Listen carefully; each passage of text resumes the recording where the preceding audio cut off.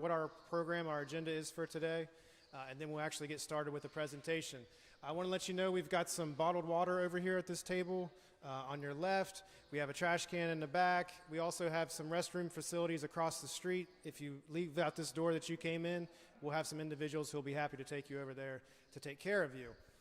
Today what we're going to do is we're going to start off with a presentation from our consultant, Mary Kate Marukian from Kimley Horn. She's going to give a presentation. Then we're going to read some comments, all of the comments that we received from individuals over the course of the last 30 days that we have posted the legal notice for this meeting. And then we'll give the opportunity for all of you to make your comments to us. And I want to emphasize that today is about you. I appreciate you all coming here. I appreciate you all being concerned about how KRT moves forward. Your words and your input are invaluable to us as we move through this process. And I also want to touch on the fact that today, this is a proposal. You'll see here proposed recommendations. I don't want to scare anyone into thinking that these decisions are happening for certain. This is a part of the process where you all give us feedback on what you think, what looks like it could work, what you're excited about, what you're not excited about, what you really don't like. And that's what our board members need to hear in order to make their decisions of how we can best move forward as an agency providing public transportation to Kanawha County. So with that in mind, again, these are all proposed changes. Nothing is set in stone. I also want to emphasize that any of these proposed changes, when you see these boards that are laid out across the area here, you'll see that there are different phases. Nothing that we are talking about today will happen overnight. We're going to let the feedback from our passengers, we'll let the feedback from our operators, how the ridership actually works with these changes, dictate how fast or how slow we make these changes. So I want to make sure I let you guys know that, because it can be very scary to see some of these change. And our board member Bob Sutphin said no one likes change except babies. And I know that that's a reality, that sometimes these things can be tough to comprehend and to understand, but we have some realities that we live within as far as our budgeting, and we have to make some of these changes and be creative in how we provide the highest level of service possible with the budget that we have allowed to us. So at this point, I'm going to hand the mic over to Mary Kate Marukian with Kimley Horn. You can't hear us? Can you crank it up? Yep, that's about an echo. All right. Well, I'll try to be a little bit louder there, and hopefully that can help you all. I'm going to hand the mic over to Mary Kate Marukian, who is with Kimley Horn, and she's going to give you a presentation on these proposals. And then we're going to, no ma'am, yeah, they're all over the United States, ma'am. Yes, so I'm going to hand this off to Mary Kate, and she's going to give a presentation, then I will read the comments, and then we'll open up for public comments. So again, thank you all for joining us today, and we're going to get started. Hi, good morning everybody, or good afternoon. Can everybody hear me in the back? Okay, great, I'll project. I've got 3 kids, I know how to yell. So thank you everyone for coming. This is a fantastic turnout. We're very excited to have you here. And to echo what Sean said, I think we're all here for the same reason, and that's to make KRT service work the best for the folks that ride. So we want your feedback, positive and negative. It's very valuable. It's going to help us shape the final recommendations of this plan. So please stay. We're going to run through this presentation, but then the comments, but we have the board set up. We fully intend to stick around and talk with folks that have questions. We want to save a lot of time for that. So if you have questions, please, we have KRT staff, operations staff here that would love to talk with you about the bus routes, the proposed changes. So yeah, hang around, please. So as Sean said, my name is Mary Kate Marukian. I'm a transit planner. I've been a transit planner for 15 years. I've spent time in the public sector. I've worked for transit agencies all over the country, and now I am a consultant, but I still work almost exclusively with transit agencies, and I really love what I do. It gives me a chance to meet folks that use transit. I love transit. I use transit. I'm from Durham, North Carolina, but I've spent a good amount of time in Charleston, and I love it here, and I love how passionate you guys are about your bus service. I think that speaks volumes about the quality of the drivers you have here and the quality of your service. So we're going to walk through a little bit today, just a little bit of the service overview. So we did a study. We're still doing the study. You are part of that study. What you say today, the questions, your concerns, that's also part of the data that we're collecting that we're going to use to shape this plan. So we're going to go through a little bit about the study. What was the point of it? What were we hoping to get out of it? And then we're going to get into the details, not too much boring details, but some details you can ask. We're happy to answer any question afterwards. but a little bit about the analysis that we did to arrive at some of these recommendations, because we want to reassure you this didn't just come out of thin air. This was based on things we heard from you last spring or last winter when we did outreach, and also some of the data analysis that we've conducted over the last year. Great. So the study goals, we did this because we hadn't really looked at KRT's system as a whole in a long time. So we wanted to take a look and make sure that everything was running as it should, the riders were happy, and if you weren't, what were the priority improvements that you wanted to see so that we could kind of wrap that into a proposed plan. We wanted to maintain that service coverage across the service area as much as we could, but anybody with a household budget in here understands that you can't spend money on every single thing. You have to make choices. You have to prioritize. So we wanted to make sure, ma'am, if you don't mind, we're going to save questions till the end, if that's all right. Thank you.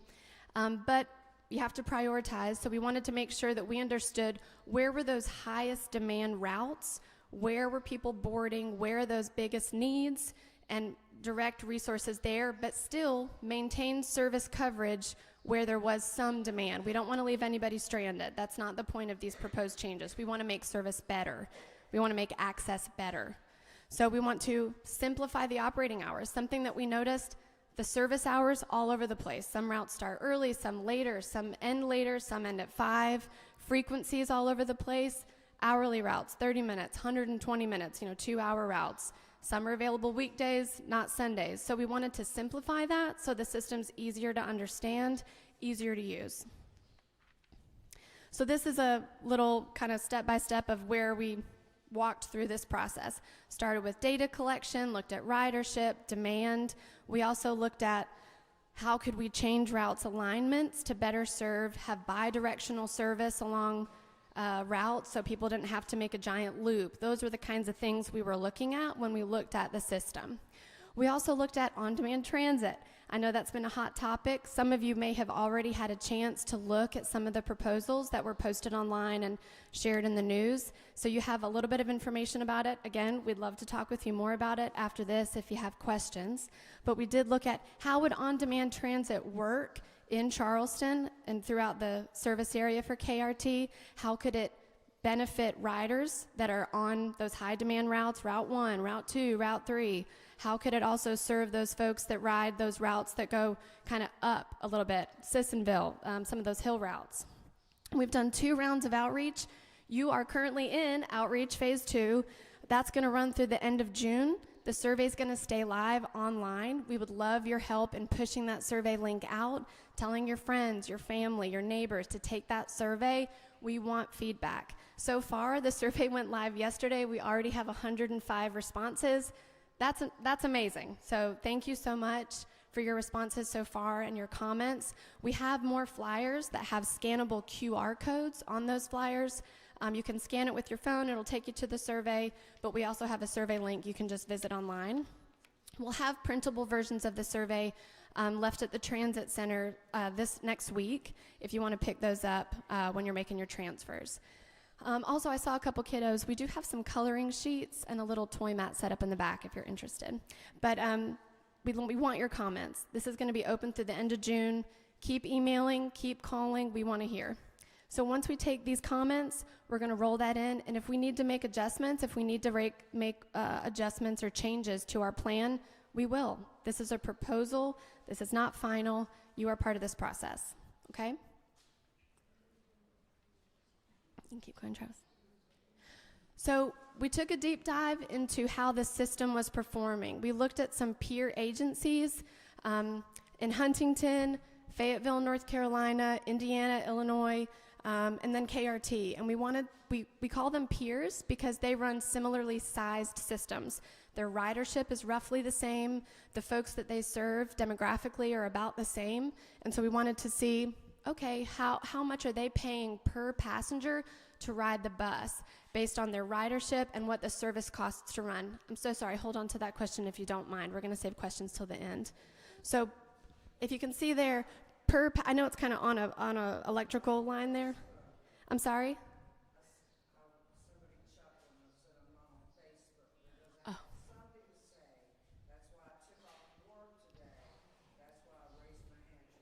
Yes, ma'am. Oh, and we absolutely want to answer questions, but if we did that, this would really be prolonged. This is the boring part.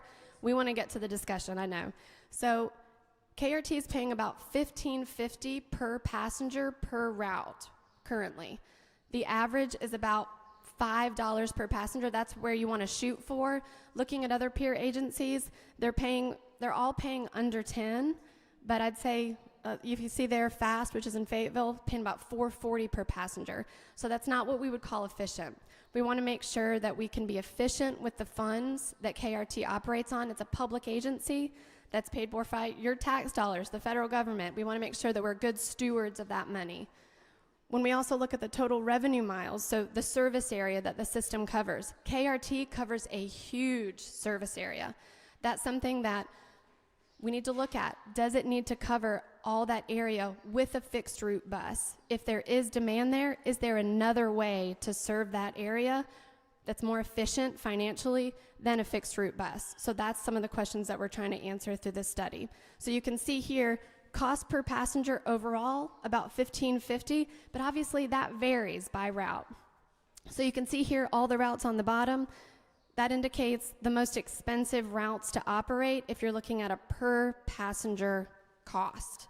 So if a route goes really, really far, that's an expensive route to operate. If you break that down by the number of people that ride it, if not that many people ride it, it is a very high cost per passenger. So is there another way to spend that money to still serve those people, but not spend that much per passenger? So those are the kind of things that we're asking about. So then we look here. So beyond cost, we also want to look at ridership. So over here we have the average daily ridership by route. This might not be surprising to a lot of you that ride some of these high demand routes, but we have, the 1, the 2, the 3, they really stand out. Looking year over year, month over month, those are the real workhorses of this system. Not to say that there's not need on those other routes, but those are the routes that carry the most folks consistently. You can go ahead, Travis. So this is a crazy looking map, but let me explain it a little bit. So beyond just overall ridership, we also wanted to look at, okay, this route may not be carrying a lot of people every day or the whole route, but where are people boarding across the system? Each dot you see there is a KRT bus stop. And it's color coded, so the ones that are black or dark green, either no people are boarding there or very few. I'd say less than 5 a day. The ones that are popping red or orange, they have higher ridership. So that tells us, okay, maybe this route doesn't carry that many people along the whole route, but maybe there are pockets of demand. We need to be mindful of that as we're making these recommendations so that we can provide service in some way. If not with a bus, how? Also, can you go back? And then the colors that you see there, the red, the yellow, the green, we also looked at census demographic data. So we looked at low-income folks, folks with low educational attainment, elderly, disabled, and folks that don't own a car. So we wanted to make sure that where those populations were dense, we also looked at employment and population density. So where these are the most red or where those populations are the most concentrated, that's where it pops red. So we wanted to make sure we covered high ridership areas and also areas that maybe there's some need for transit. Maybe there are some transit-dependent folks that either they need to maintain some level of service, or maybe they don't have service today. You can see that area just to the left of Route 18 in the southwest corner there. There's no bus there, but there is a pocket of what we would consider a transit-dependent population, or maybe it would indicate transit need. So how can we serve that area if not with a bus? Go ahead, Travis. So this is a look at just how the service operates today. These are some of the routes that don't have a lot of ridership, and as you can see, the service is kind of all over the place, right? So some of the service starts at 6, some starts at 7, some ends at 10, some ends at 6, some ends at 5, some has hourly frequency, some has 2-hour frequency. It's kind of hard to follow, and it makes it hard for you, the passengers, to make connections across the day, into the evening, and to all the other routes. So that's something we wanted to look at. Also, none of these routes operate on Sunday. Go ahead, Travis. And then these are some of the higher ridership routes, except for Route 6. That's another low ridership one. Here, even on the high demand routes, the frequency is not very high. We have hourly, some 30 minutes, and the operating, it does run later into the day, but that frequency doesn't consider throughout the day. It drops down from 30 to hourly to 2 hours. It's a little hard to follow. On Sunday, the riderships, the frequency's every 2 hours. That's tough. If a bus is coming only every 2 hours, that's hard to plan your day around. So we wanted to take a look at that too. If a bus is running, it should be running at least every 60 minutes, if at all possible. So we also looked at when people are boarding the most. So some routes run starting at 4:30, others start at 6, 7. When's the highest ridership peak happening? What we saw here is that, there is a pop in the morning, and there is kind of a slow drop-off in the evening. So can we focus resources on paying for service that operates during that high demand period? And every little bit helps, so if you can really focus on where the need is the highest, you can save money and spend it on improvements that really help a lot of the majority of riders. So the on-demand transit analysis. So who here has ever used Uber and Lyft? Okay, so you go on an app, you request a ride, and it comes within a certain amount of time, and it takes you to your destination. There is a transit version of this idea, and that's what we wanted to look at here. So using transit, KRT branded vehicles, KRT Plus, KRT operators that you're all familiar with, is there a way to successfully utilize that on-demand model with KRT's system? So with an app, we wanted to see how many folks, we did an analysis to say, we looked at general travel demand. Outside of transit, where are people going every day and how many people are going there every day? So based on that, we made some estimates about how many people could potentially utilize this on-demand service, even more so that are using transit today, because we want to help, we want to serve more people, we want to increase ridership, we want to make service better. So we modeled this with the hours of operation of an on-demand transit system being 6 a.m. to 11 p.m., the same route, the same hours as the bus. So folks that would be using this service could still connect with transit at all hours of the day. It would not be limited to that peak time, and it wouldn't be limited to just Monday through Fridays. As long as the bus is running, this on-demand transit service would also be running. But it's a little bit more affordable to operate because you're using existing paratransit vehicles, the CAT vehicles that you see now, and KRT operators. So we modeled this. Your wait time would be 30 minutes. So if you're requesting a ride on an on-demand vehicle, within 30 minutes, you would be picked up by a KRT vehicle, KRT driver, and dropped off within 45 minutes of your request. So, I'm sorry, could you go back, Travis?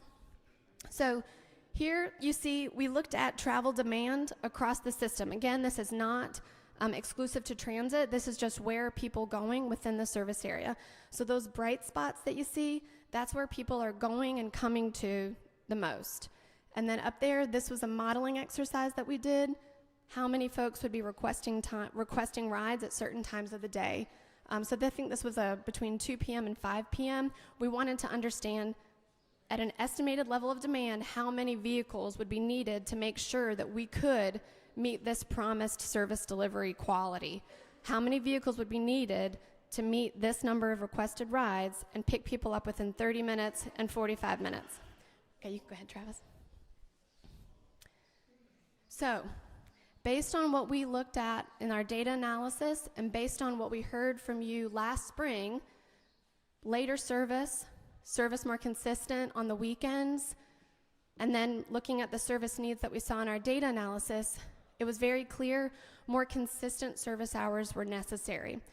So we wanted to establish standard operating hours for all routes that were still operating. So all bus routes in our proposal would operate 6 a.m., first outbound trip, and then the last outbound trip from the transit center, you'd still have that return trip, would be 11 p.m. On Sundays, 8 a.m. to 9 p.m., but that would be all buses that would be operating on Sunday would operate during those hours. 30-minute weekday frequency on all the high-demand routes, Route 1, Route 2, Route 3. In those areas where people are boarding the most, they would have 30-minute service all day until 7 p.m. and then hourly service after that. Currently, it goes down to 2 hours in the late evening. It would stay an hour, which is a huge improvement. We would prove that, and like I said, improve evening frequency for those high-demand routes, 60 minutes after 7 until the end of the service day. Improve frequency for the coverage routes, so the routes that would remain other than the 1, 2, and the 3 would be Route 14, 17, 19, the trolley, Routes 21 and 22A. They would run 60 minutes all day. So from 6 a.m. to 11 p.m., hourly frequency all throughout the day, consistently. And then Sunday service, it would go from every 2 hours to every 60 minutes. And that's for all these routes except for the 14 would run on Sunday. Now these are amazing improvements. These are significant and very impactful, but, thank you, ma'am. But they're not free. Travis, can you click next? So these improvements, just increasing frequency on these routes, maintaining consistent service across the day for these routes, and extending Sunday service to new routes and consistent frequency across the day, this costs $1.9 million more than KRT is currently spending. It's a lot, but they're important changes, and from what we've seen, they're necessary to improve access to the system. But how do we pay for that? It's a household budget. We have to make decisions. We have to prioritize our funds. So to afford these changes, we have to make some decisions. And that's what we're here to talk about today. So go ahead, Travis. So if you don't mind, ma'am, I'm sorry, I'm going to ask you to wait till the end, if that's okay. Well, we're going to have a public comment opportunity. I hope that you signed up for a public comment. Wonderful. Well, you will absolutely have your chance, and I can't wait to hear it. So what you see here, and some of you I met at the Transit Center yesterday, we talked a little bit about this map. So these green areas that you see here, those are on-demand transit zones that are proposed that would overlap with the proposed services that will remain. So within these zones, you will be able to access a KRT Plus vehicle via your app and be connected to a transit route for the same cost as transit. So whenever you request that ride through your existing transit app, it will push you towards a KRT Plus app to finish your trip. You would be picked up within 30 minutes, dropped off within 45 minutes to the closest transit line. Same cost as a transit trip. Okay? Oh, sorry, go ahead. Could you go back, Travis? So this means improved frequency for those passengers that are still contained within those zones. So right now, ma'am, if you don't mind, could you please wait till the public comment opportunity, ma'am? So for the areas of Route 11, to answer your question, that are still covered by the zone, any area that is covered by a zone that was formerly covered by a fixed route, those folks will still have service with the KRT Plus service. You request that trip at any time throughout the day, 6 a.m. to 11 p.m., you will be picked up within 30 minutes and dropped off within 45 minutes. That is an improvement in service and access for the folks that are riding those routes today. Go ahead, Travis. And this is a little preview of what that app will look like. You go on your transit app, you put in your final destination, and then it connects you with a KRT Plus vehicle if that's going to be required to finish out your trip. Go ahead, Travis. So the fare analysis recommendations, some of you have seen these already. When we looked at peer agencies, we also looked at what folks were charging for fares, their passes. And it turns out we're underpriced for our day pass, but we're overpriced for our monthly pass. So we're keeping the base fare the same. Every time you board, it's still going to be $1.50 if you board with one-way passes. But the day pass is going to increase to $3.50. However, with this introduction of an increase, if you're using mobile ticketing, we're offering a benefit of fare capping. And for those of you that haven't heard of fare capping, it means no matter how many times you ride in a day, if you're using your mobile app or you're using a smart card that can track how many rides you've taken, you will never pay more than $3.50. Even if you ride 5 times, you ride 10 times in a day, it doesn't matter. $3.50. If you, in a month, are riding a bunch of times every day, instead of $60, you won't be charged more than $50. So this cap means once you hit that level of cost, once you've ridden that many times and paid that amount, you'll never pay more than that in the course of a day or the course of a month. And then, again, with the smart card or the mobile ticketing, free transfers to other services for within 2 hours. And we're hoping this encourages more ridership, more transfers, better use of the system. So next steps in this process, again, outreach is right now. Please share that survey widely. We would like as much comment feedback as we can get. This is what's going to help us refine the plan. And once we get all the outreach comments documented, we're going to review those. We'll report out the results. We want to be transparent, and we want to make sure you feel like you didn't waste your time. So we're going to absolutely provide a record of the comments that we received and, overall what those results were. And then the final plan will come out. KRT will publish that as well for public comment before that's finally approved by the board. So with that, I'll turn it back over to Sean Hill, who will read the public comments that we've received to date. With the notice of the public hearing, we did receive some comments via email, and then it'll be open for public comment. Sure. Thanks. Thank you, Mary Kate, for that. And I did want to touch on, there was a question about that KRT Plus app, and what if you don't have a phone? You'll be able to call into our operators, and they'll schedule a ride for you. So I want to make sure we're covered for that also. Yes, ma'am, we'll get to you after this, ma'am. When you get a chance to talk, you'll get your chance. We're going to start with some public comments we've received from individuals via email. And we're going to read these into the public comment, and then we'll get to your actual comments. I'm excited to hear those. First, we received a comment from John Jimenez that said, I know you're having your big meeting today, 5/31/24. Please don't change or drop the Cabin Creek or Southridge St. Albans route. I won't be able to make a living if you do. Pam Timmons let us know that I'm against any route reductions. If ridership is down, it's just a matter of the vicious circle of reducing service starting with COVID. Less service, fewer riders, then less service. I think that the economy of the area will be so negatively affected by cutting routes because the poor will not be able to get to the jobs they have now. This will mean no work for at least 30 people I know. That includes myself, and I only need the bus about a third of the time, but I definitely will not be able to get to work if there isn't one. Josh R. said, please don't cancel the Sissonville Route 8 bus. There are multiple people in Sissonville who don't drive and depend on the KRT bus for work and for doctor's appointments. Dina Rose said, hello. I am inputting my concerns for 1SA and CAMC Memorial 17 in Kanawha City. Let's keep KRT running. I would attend on Friday, but I have to work. Please have in your heart to keep it going. We have jobs, doctor's appointments. I'm okay with increasing bus fare, but can't afford Uber to get to work and home on the 1SA. Appreciate all the hard work. Let's make plan work. Keep on road. Good evening. Holly Harrison said, I have lived in Sissonville my whole life, and I would just like to provide some insight into how much the bus helps people with no other ride. As a single mother with no family or friends willing to help much and unable to afford Uber, the KRT has helped me and my kids have transportation to Charleston when no other means were available. For people who don't live directly in downtown Charleston, these services are a lifeline at times. Sissonville would not be the only area that would greatly suffer. All the other areas listed would as well. More people will need the bus now than ever because cars are becoming unaffordable with other costs of living. I hope something can be done to prevent and improve KRT. Disability Rights of West Virginia stated, trying to determine whether the CAT services will be affected by the KRT service reductions because I don't see anything unless I'm missing it with the CAT services as related to those updates.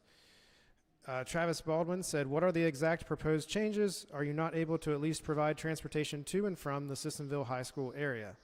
Leah Johnson, I disagree with the changes in stopping the bus routes. I've been riding a bus for 4 years now, and I rely on transportation to go to all of my appointments and work and everywhere. The Wirtz Avenue bus is the only way I can go see my oldest son and grandkids, and I don't agree with the bus fare raising. I always have to pay 2 all-day passes for my son to ride every day because I live in Chesapeake. Anonymous comment, the changes being talked about with KRT routes would be a total injustice to poor and disadvantaged communities. I am worried about my future transportation needs because I no longer have income and drive an older car. I'm hopeful the commission gets involved in this issue and that the commissioners attend Friday's public hearing to voice these concerns. Jessica Haynes stated, I really hope that KRT does not cancel my route. It is the Clendenin 23 bus route. I ride that bus 5 days a week to Charleston for work and then back home. Without the bus, I will lose my job and house because I do not have a driver's license. A lot of the riders on that bus depend on it to get to work, and it is not possible to walk for us. If you take this route away, it will ruin a lot of lives.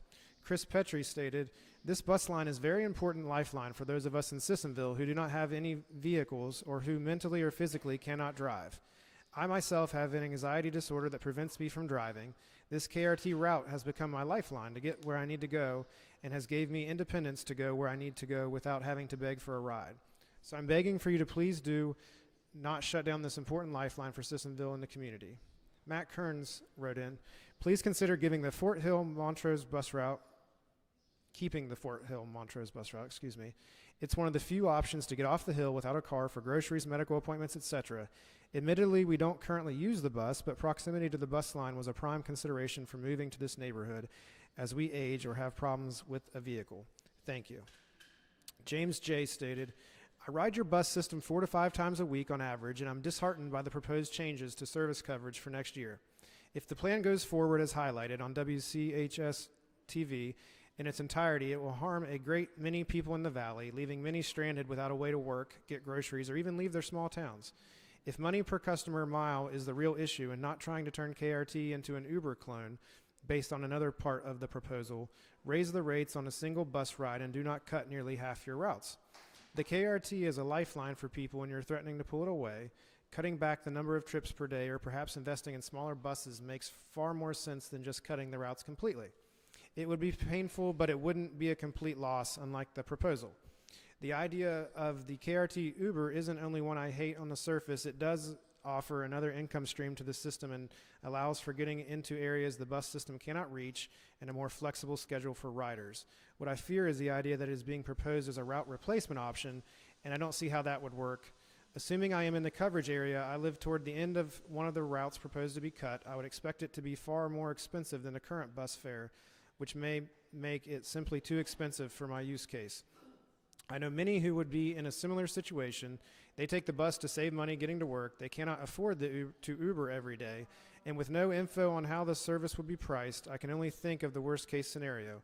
The KRT Uber sounds great alongside the current system, even if the amount of trips per day has to be reduced, but it sounds far too expensive for me to use every work day to get to my job.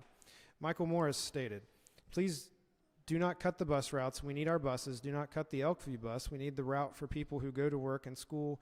I catch that bus to go to work. I do not want to see any bus route cut.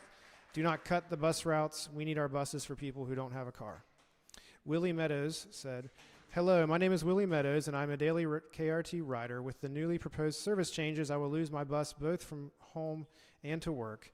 I live South Park Road and work on Greenbrier Street. I see both the Greenbrier Street and South Park buses have been highlighted in red, meaning both lines are being cut. What now can I do to ensure I get to work, as I have relied on KRT for safe, affordable, and reliable transportation for over 15 years now on these routes? What is the new microtransit system going to do to help me with this situation? Please let me know, a concerned rider. Peter Anderson wrote in, if you're going to incentivize mobile ticketing, you should place the reduced fare on the mobile app.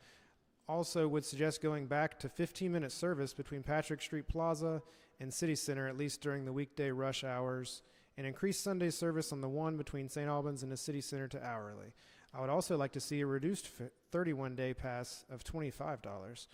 Andrea Steele stated, I ask you kindly to please consider keeping the Tyler Mountain bus because it gets me to and from work every day while I can't afford a vehicle, and also to get where I need to take care of my partially disabled mother. Sarah Clifton commented, I live in Cross Lanes and I take your bus frequently to get where I need to go, and I have nobody that is able to drive me wherever I need to go. Maria Goodyear stated, please don't get rid of the Tyler Mountain bus. It's convenient for myself and other people who are also on low income and can't afford a vehicle, and I take it almost every single day to get to where I need to go. My grandmother also takes it to work. Without it, it would lead my sister to have to walk over 2 miles a day just to get a bus into town because she lives on the same hill. It would be helpful if there could be later Tyler Mountain buses for some of us that work and have church in the evenings. You guys make money every day off the buses by the people that ride it. Dina Rowe. Hello, reaching out about changes. I wish I can attend hearing. I have work. Like to know for years so on, would one SA run there regularly South Charleston to City Center? Take in your heart, we have jobs. We depending on rides every day. We can't afford to lose our jobs. Would this be a 5-year contract fare? What would be increased? How much one way? Thank you for your input. Thank you. And our last comment came in. It was Martha Stanley commented, are you raising the price to ride the bus? And if so, how much will all-day passes cost, or will it stay the same at $2.50? We are now to the portion of our meeting where we're going to go to our public comments.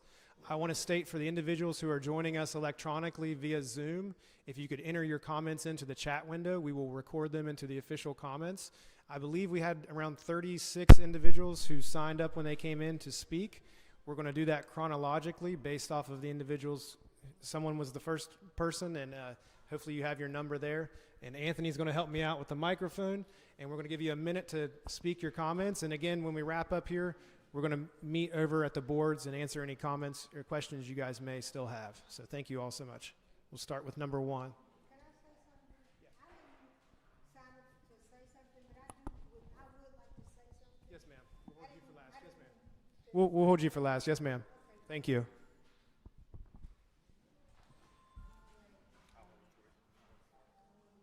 Let me hold it. I want to face the group.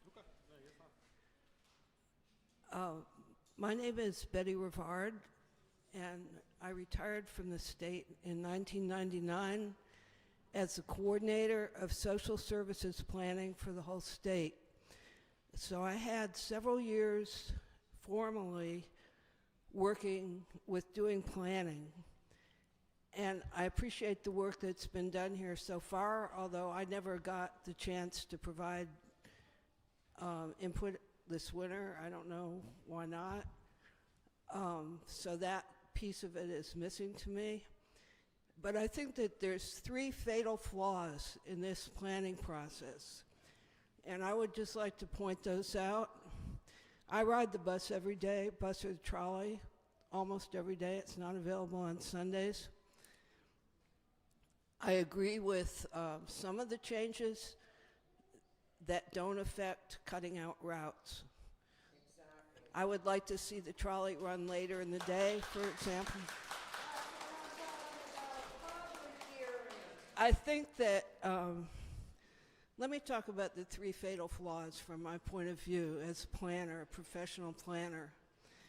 One is that we're using an outside consultant who's working in a silo. She's a transit expert.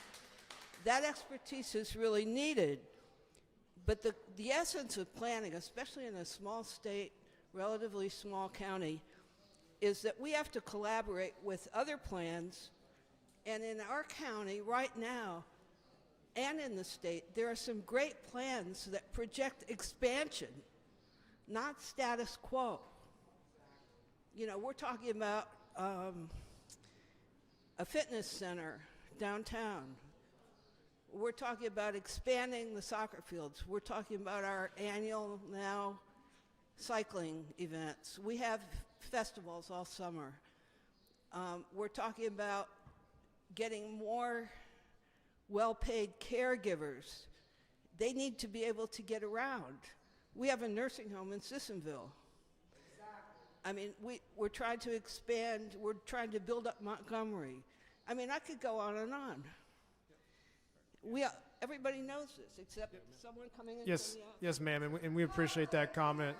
And we're going to have 2 minutes of comments to make sure we can get through everyone. Yes, ma'am. I stated a minute. There's a 2-minute time limit is what we're leaving this to, and we'll sit down and talk. We gotta address everybody. Yes, ma'am. Ma'am.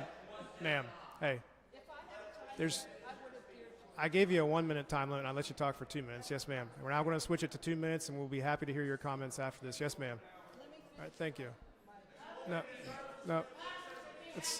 It's not how public comments work. Yeah, ma'am.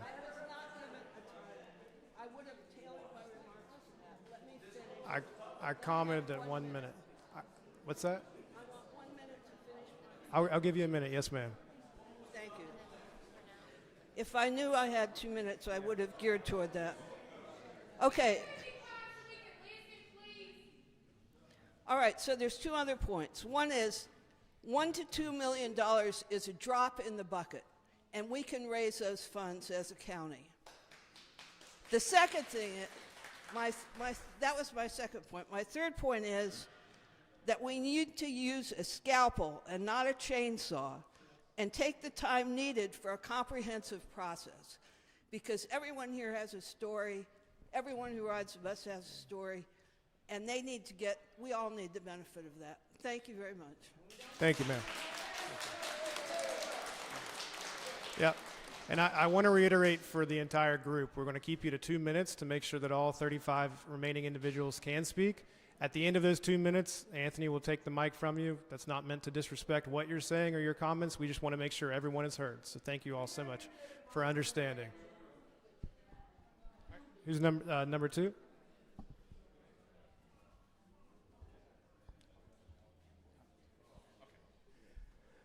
Hello, my name is Jeffrey Mace. I'm a transportation planner with Rick.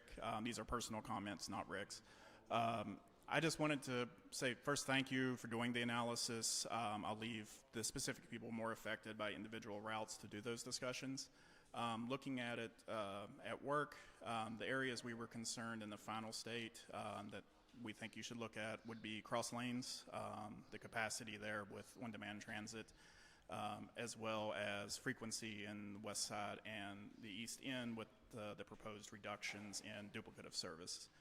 Those are from an overall transportation area, those were areas we were concerned. Thank you.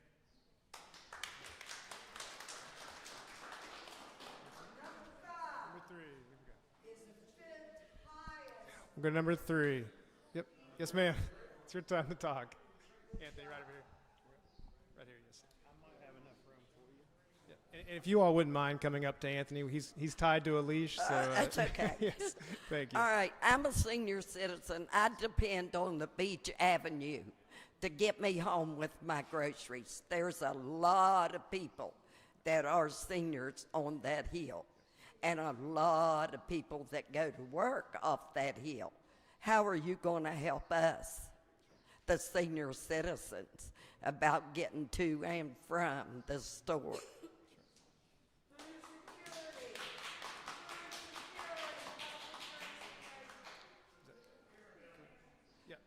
And this is a comment session.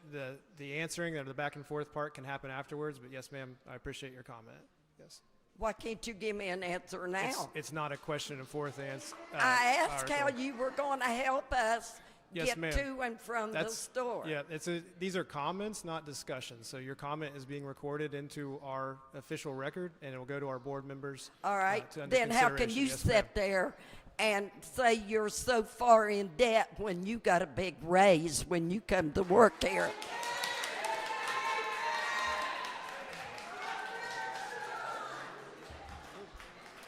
Number 4, please.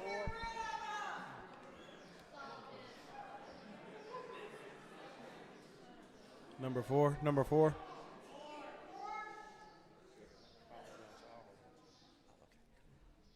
Oh, okay. My name's Anthony, and I depend on the KRT for work, and I hope you don't cut out the bus routes because everybody depends on these buses to go to work, to go to the store, and for their daily lives. Thank you very much.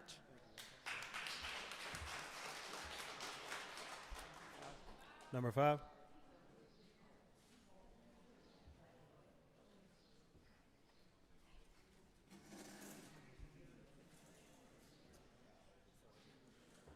Hello, my name is Annabelle, and like everyone else is saying, please don't take anybody to bus.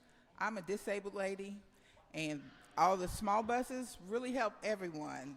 And for the cat bus, I don't know if you, like you did on the comment, you haven't said anything about the cat bus or the changes or anything. And The cat bus is really reliable for people like me, and I ride the regular buses and the cat bus, and for where I'm partially blind, it's tremendous help for all of us. So please, don't stop any of the buses. God bless you all, and thank you.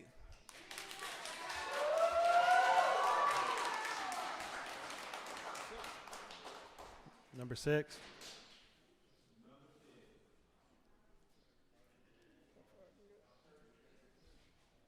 My name is Angie. It seems like you're dying on the cross of this ride share thing. And I'm like, we already have ride shares. I get it's not that expensive, but how much money did we invest in that could have been put toward the runs? You know what I'm saying? Because here's the thing. I take care of people that are disabled, and I ride that cat bus, and sometimes they can't get rides because they're full, and those drivers are running around with chickens with their head cut off. It's not the driver's fault. They're top notch. It's, I don't know, management. Plus, the regular runs, why don't we fix what we have? Because your schedules say 2:15, 3:15, 4:15, and it's always 2:25, 2:45. And when the bus just circles from Quincy back, why are you that late? I think maybe fix what we have. Maybe get with the county commissioner, the mayor, the city, because it's a systemic problem with the whole county, not just you guys. But it is affecting us. And I'm just thinking, I'm looking at these like, that's a waste. The new transit mall is a waste. Think about us and not this. Thanks.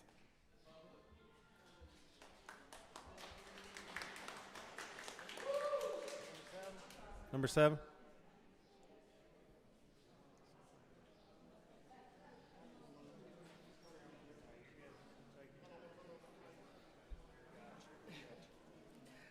Okay, now I ride paratransit, which is a cat bus, and my aide rides a regular bus. And my biggest issue, I mean, I understand that things need to be changed sometimes, and sometimes that there's going to be painful changes. But here's my problem: the changes that we've made so far have been messed up. I mean, when the new paratransit started, nobody bought charging cords for the GPS system. That had to be remedied. Now, when I ride the cat bus, you're talking about you're supposed to get a 15-minute call, a 5-minute call, and then the bus is there. Sometimes at my house I get a 15-minute call. Most of the time I don't. Most of the time I get it and the bus is there. I can't count the number of times I've been seated on the bus to get and got a 5-minute call, so that's not working. Also, when I've noticed here lately, I mean, you're talking about opening up the paratransit to everybody, basically, the KRT Plus system. So what's going to happen to folks like me? Do we get priority? I can't just get on a regular bus. I can't just get in an Uber. So do I get priority? And who are you talking to when you make these changes? Because let's talk about the new vans you got. Have you talked to the drivers? Have you talked to any of the passengers? That new bus can only fit 2 wheelchairs, and if you get 2 wheelchairs in there, they're side by side. So if you get 2 wheelchairs, somebody has to get out so somebody else can get on. It's a cluster. And when I'm on the bus and somebody with an assistive device like a cane or a rollator, we have to have help to get that person by me on the bus. So you went and bought new vans, and evidently you didn't talk to anybody with a disability, and you couldn't have talked to the drivers because I know they hate it. And right now you can't even get 2 wheelchairs side by side unless one's big and one's small. You get too big, they're not going to be able to ride. Thank you for your comment, ma'am.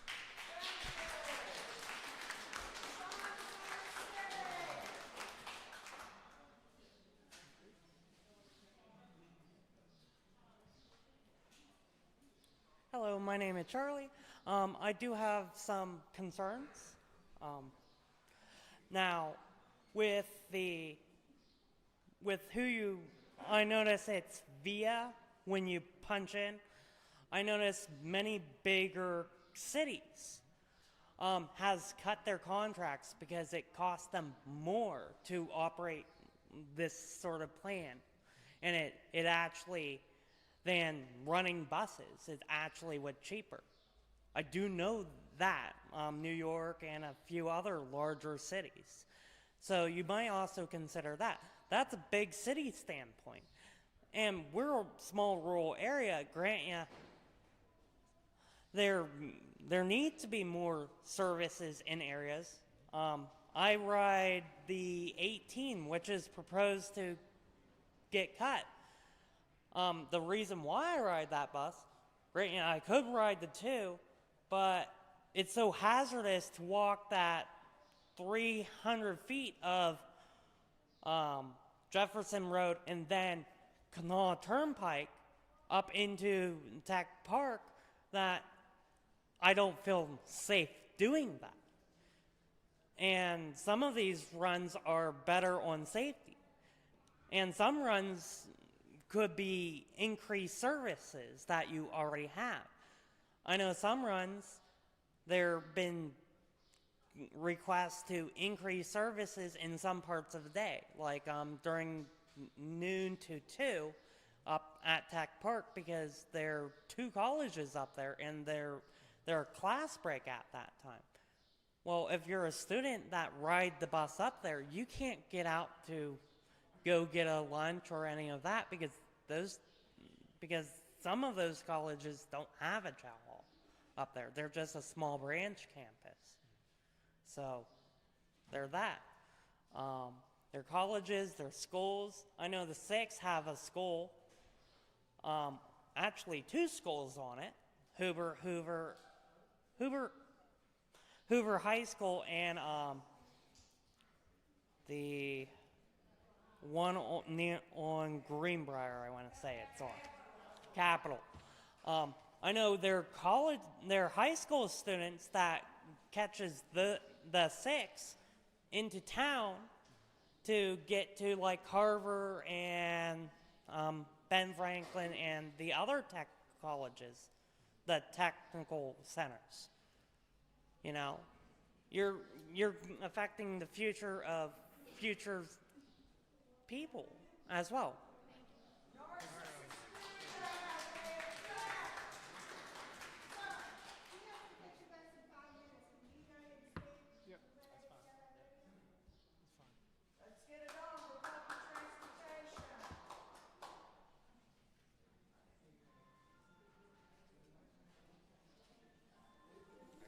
Hello, my name's Edward Woolwine, and my big concern is I used to live in Topeka, Kansas, and they went to a flex route system, and ridership went to burp, and it's a whole lot more trouble for those people because sometimes they don't know when they're going to have a bus.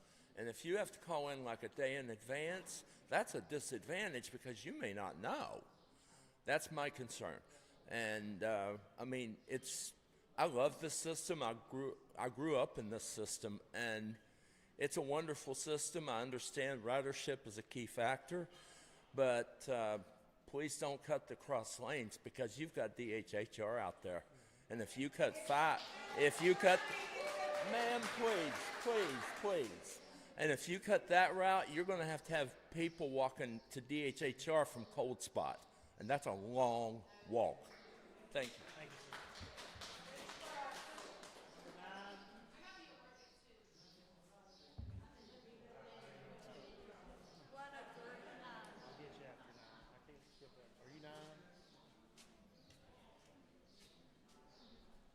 My name's Renee, and I've been riding the bus for 50-some years, since I was 10 years old from Dunbar.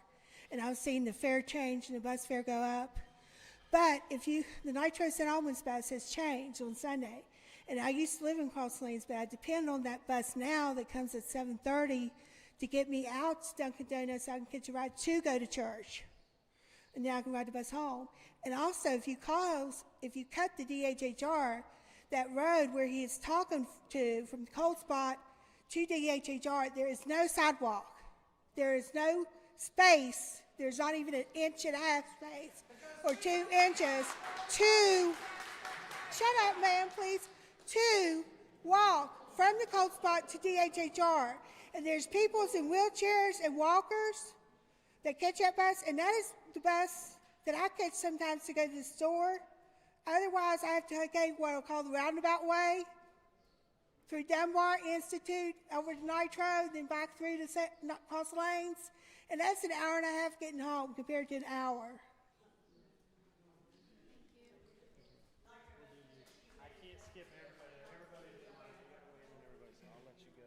I just got to say, so I live on Roxelana Road in Dunbar.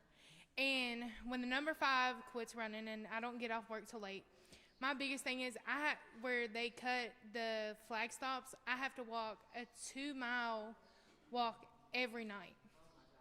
And I feel like, yeah, this is great, but I feel like if we could do something about maybe putting Roxelana back in somewhere, even if it's 2 times a day, that would be better than not at all. And shut up, Mom.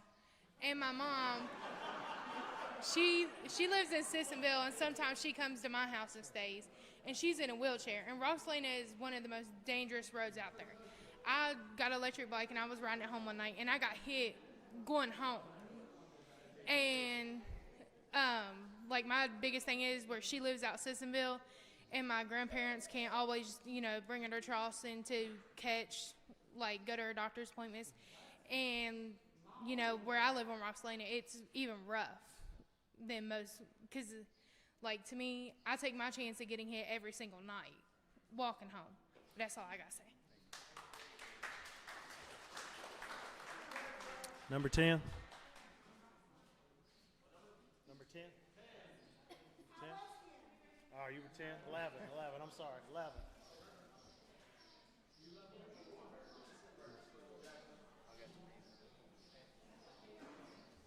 No, we're good.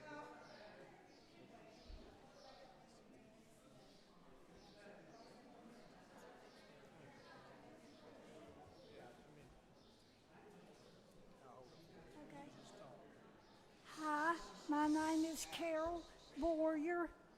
I ride the World 70 bus. Due to health reasons, I can no longer drive. I'm 70 years old. Ward 70 is my transportation to my doctors, to the hospital, and to get groceries. I'll really be in bad shape. I'll lose my transportation. I hope they won't change it. I'd be willing to pay a higher fare to keep it on the road. Thank you.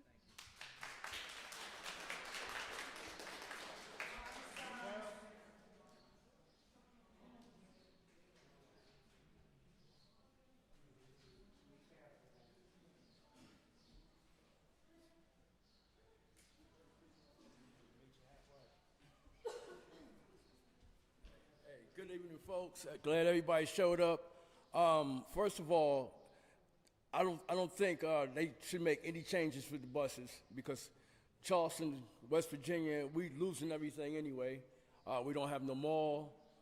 We have nothing. The restaurants is closing. A lot of stuff. You have a lot of senior citizens that need these buses, even if the routes is not making money. If you could pay all that money for the library and the Charleston Civic Center, you can keep these buses running on the regular routine routes. $1 million shouldn't be that much. They paid almost $25 million for the library, paid about $20 million for the Civic Center. So, in my all due respect, you have some good drivers, you have good passengers, and I've been riding the buses for about 20-something years. And if you take away these routes that these older people that need them professionally, it's going to hurt them, especially like the South Park, City Park, and stuff like that. And I don't think the fare should go up. It should stay $250 because we're not a big city. I think $250 is perfect right now. And the only perfect thing I see is the Sunday schedule. The 2 hours, from 2 hours to 60 minutes. And that's all I have to say. 13. Yeah, depend on the Cross Lanes bus and the KRT bus to be able to get to work. And if you leave Nitro and get on the Nitro bus to St. Albans Station, once you're there, it comes in like about 5 minutes or so after the other one leaves. You're sitting there for another hour before you can get home. And I live up top of Montrose, so then once I would get to there, I had 12 lifts. So I was spending like 5-6 hours a day on the bus and in that route until I did get the cat bus helping me, when I can have my schedule enough to give it to them.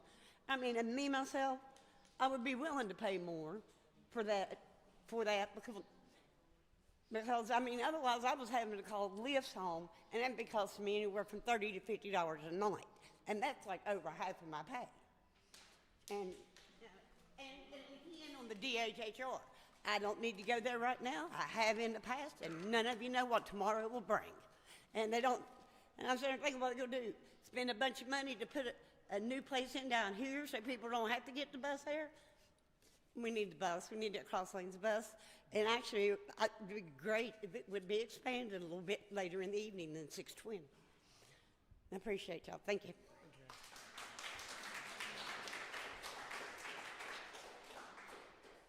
Worry about the bus drivers. Like, they're probably losing their jobs, like it's 11 of, buses y'all's cutting out, right? Like 11, I know Elksview, I don't know, City Park, but, and Capitol High School, there's a girl that rides the bus there. She works there. Don't cut out the buses, please.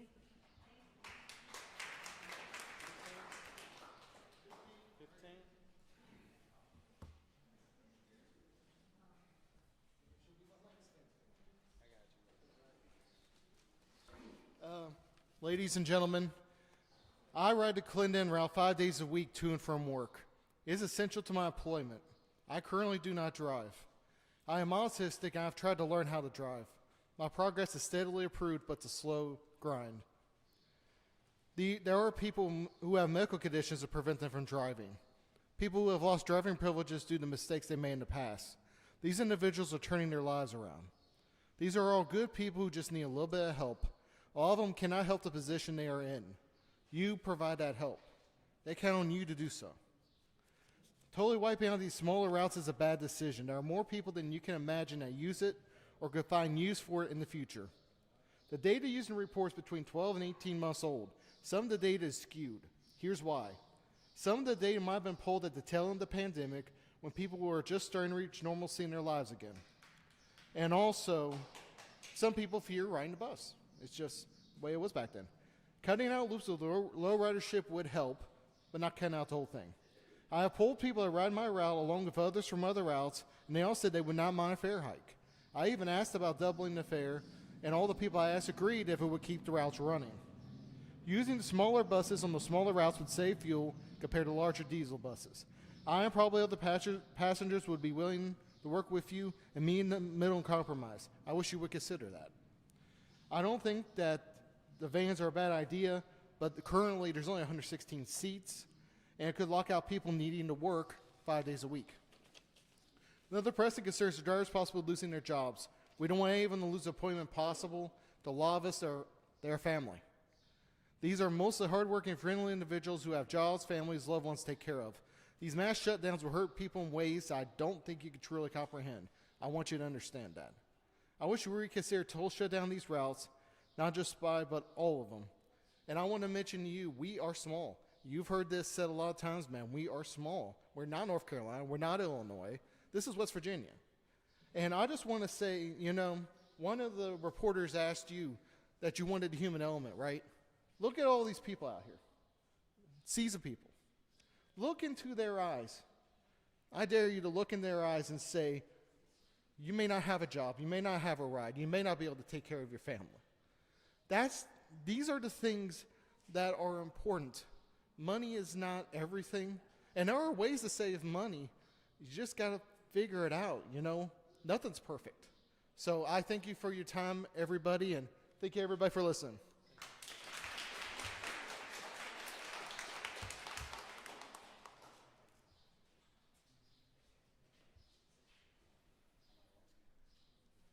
My name is James Anderson. I have been a bus rider since about 18 years ago after I graduated from Herbert Hoover High in 2006. Go Huskies, by the way.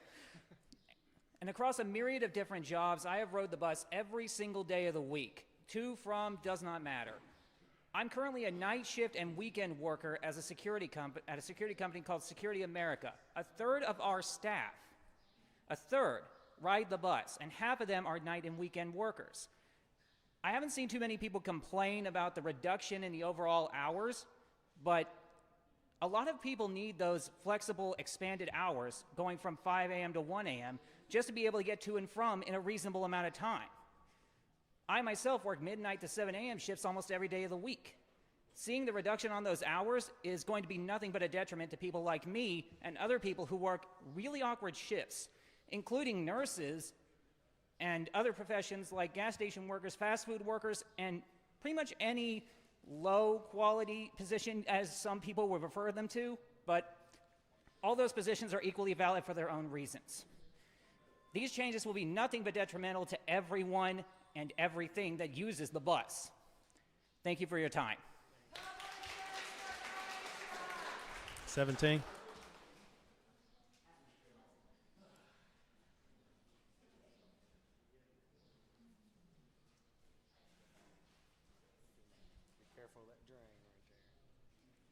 Yes, I'm Beverly Mullins from Bigley Avenue.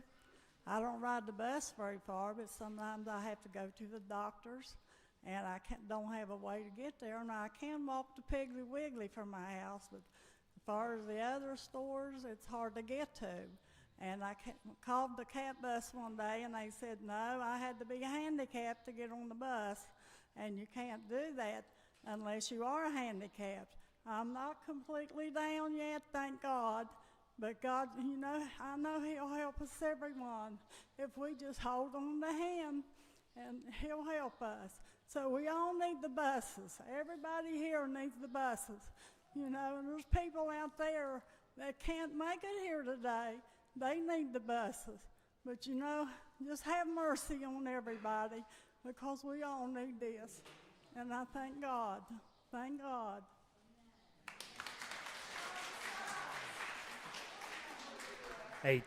Number 18.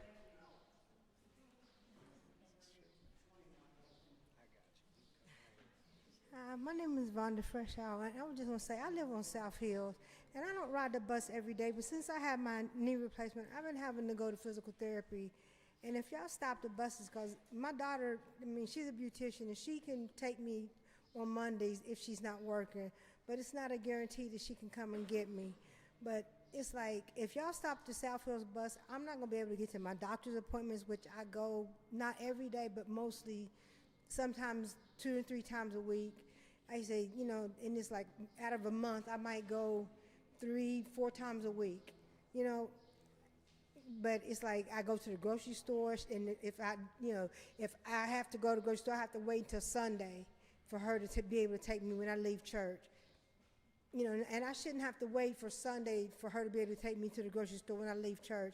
I mean, I should be able to get on the bus and go to the grocery store at any time of the week. But if you stop that South Hills bus, I'm not going to be able to go to the grocery store. I'm going to have to wait, you know. So it's like, and it's like everybody here, it's like we depend on these buses. So I'm just asking you, don't stop the buses, because, you know, there's a lot of people here that go to work, you know, and it's like we depend on y'all. The drivers depend on y'all because they need jobs. And if y'all stop the buses, not only is it affecting us, it's y'all affecting your own drivers. And we've come to really love y'all's drivers. I mean, there's a lot of y'all's drivers, like this dude here, and I mean, it's like a lot of these faces around here, we've come to know them and got, you know, and have a relationship with them, you know, and it's if you stop the buses, we're not gonna get to see them, you know, and it's like, it's just not fair to anybody, not us, not them, not even y'all. We don't even really know y'all, but we would like to know y'all. So just, you know, reconsider, you know, your decision. I mean, and incomes haven't changed, and I can't afford to go $350 for a bus. I mean, it's like, it might not sound like a lot to you, but $350 is a lot when you're trying to stretch a dollar. So, you know, just think about it, you know. I mean, because SSI and Social Security, they give you a raise, but then you got to think, electric, water, gas, they go up high too. And it's like we trying to stretch that dollar, and then you add another dollar onto the bus. It's not going, it really doesn't help. And then all these people who have kids, it's just not, it's not fair. So just think about it, Like she said, she's got kids, so just think about it, okay? Thank you. Number 19. I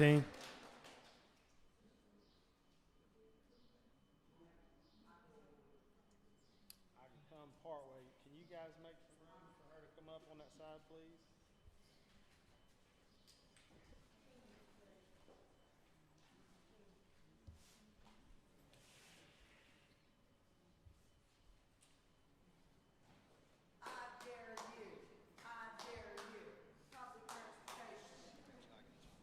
My name's Kimberly Davis.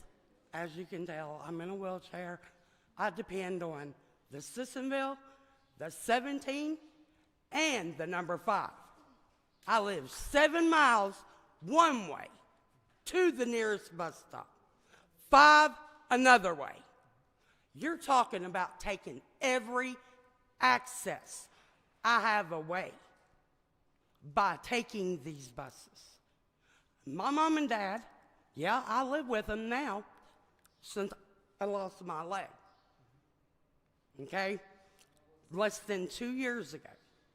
I have worked and I have went to school in Charleston my whole life. I have rode the buses since '88. Okay?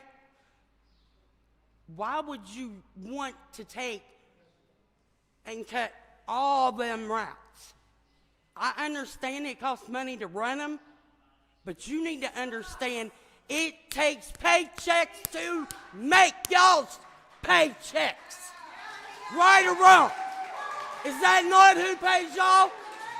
Is us, the taxpayers, the people on disability? So where is it right? And I don't even get disability yet. They've denied me. I'm going on my 3rd denial. And I'm going to keep fighting until I get it, if it kills me when I get it.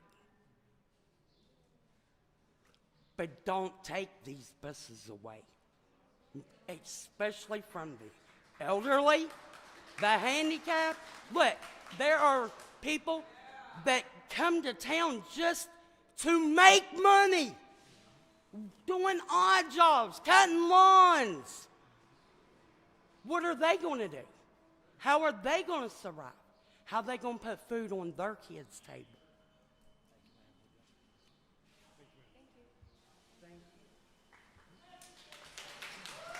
Number 20. Number 20. Maybe. 20 might have already went. We'll go 21.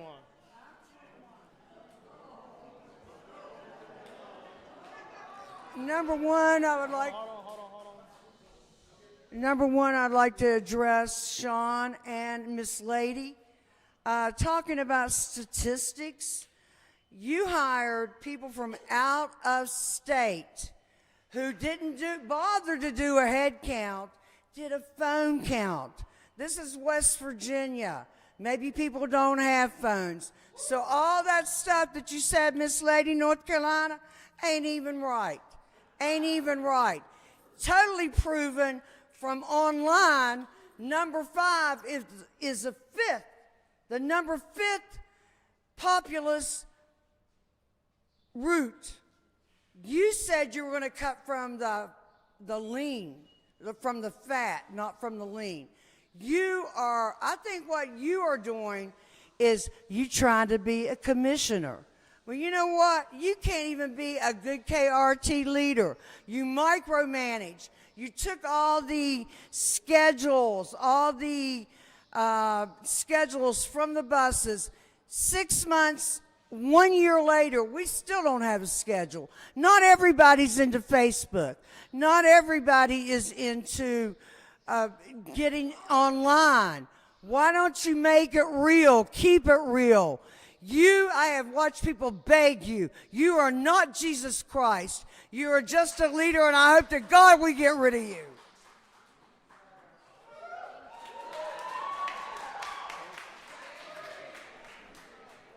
22.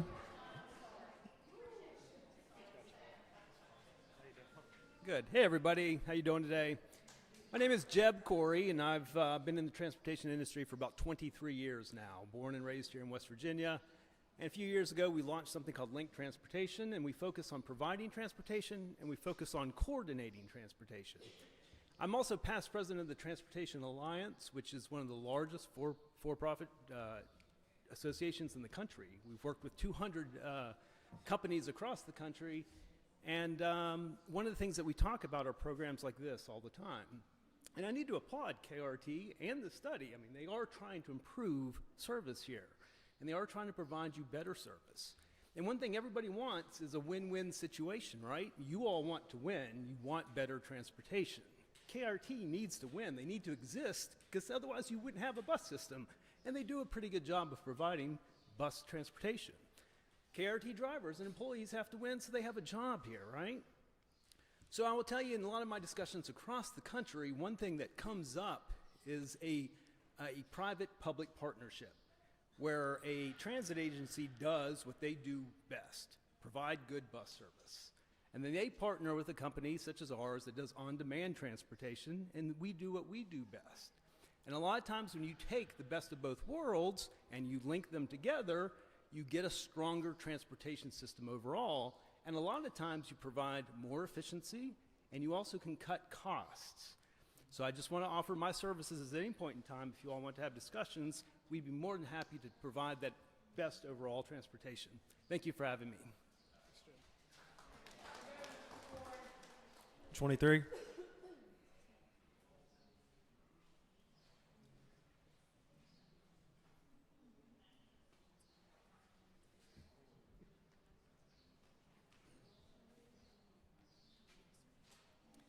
Hello, thank you for hosting all of this meeting today. We do appreciate that you actually consider part of our feedback. My name is Christina Weaver. I ride the Cross Lanes Tyler Mountain Bus, have been riding it for over 13 years. Definitely went through a bunch of changes. Some I agreed with, some I did not. I take the Cross Lanes bus. It is my livelihood. It does get me back and forth to stores, as well as to see family and friends, as well as to work back and forth. I do respectfully ask you to reconsider canceling the Cross Lanes and Tyler Mountain Bus.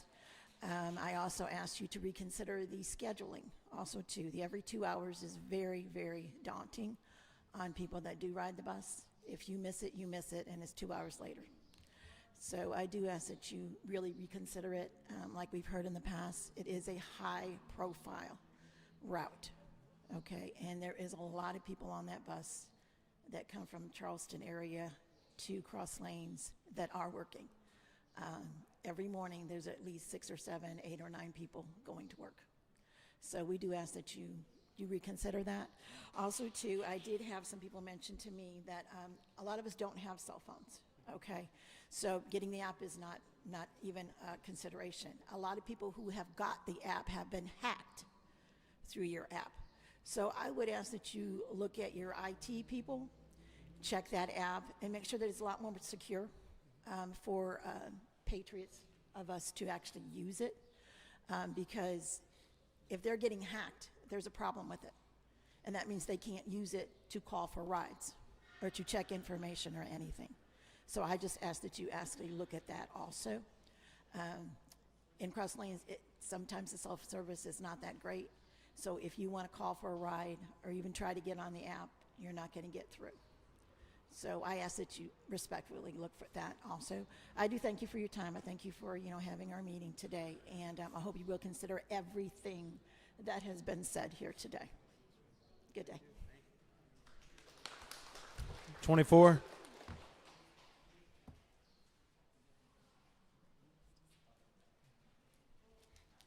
Hi, I'm here on behalf of Connect Child Care Resource and Referral.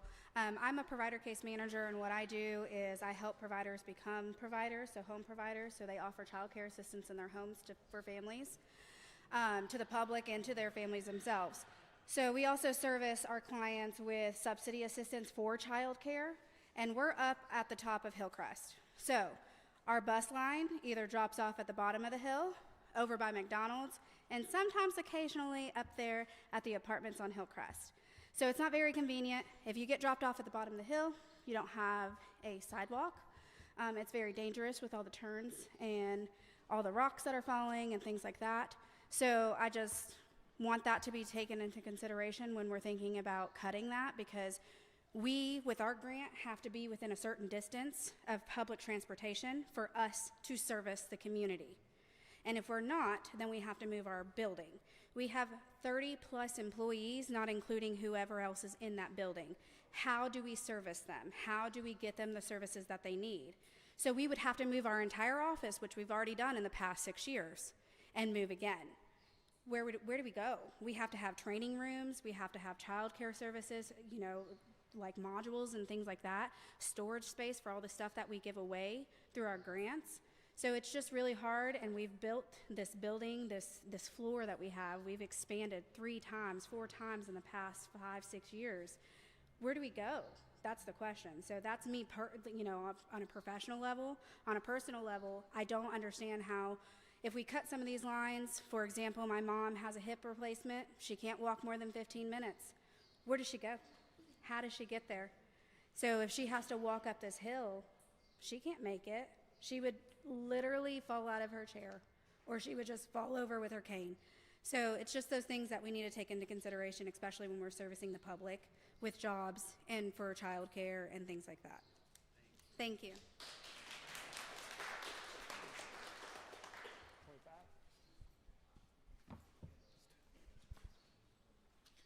Hello there, my name's Tyler. I'm an American taxpayer. I work at the dollar store. I'm not going to make no Hall of Fame or nothing. But I believe today that instead of cutting routes, it's understood KRT probably needs to cut some costs. I think we can all agree with that. But we need to stay with our bus service. We don't need to lose it, so obviously we don't need to be spending too much money. But also at the same time, we don't need to all be holding on the back of that. I get paid $9 an hour. I'm sure a lot of people in here get a similar paycheck. You can't even make it through the end of the month. So I'd say instead of cutting routes entirely, we should probably look forward to, if nobody rides the bus at 5 o'clock for 2 months, then don't run the bus at 5 o'clock, but still run it at the other times when you get it. For a larger route, if you're taking a big bus out there at a time where, normally you only get about, 5 or 6 people, use a smaller bus for that hour of the day and then use a bigger one later, depending on if the logistics of that go out. I'm not a professional, I get it. Also, I believe, cutting routes is going to cut jobs. And we have some amazing drivers here. I've been with, riding KRT for about 10 years now, so I understand it.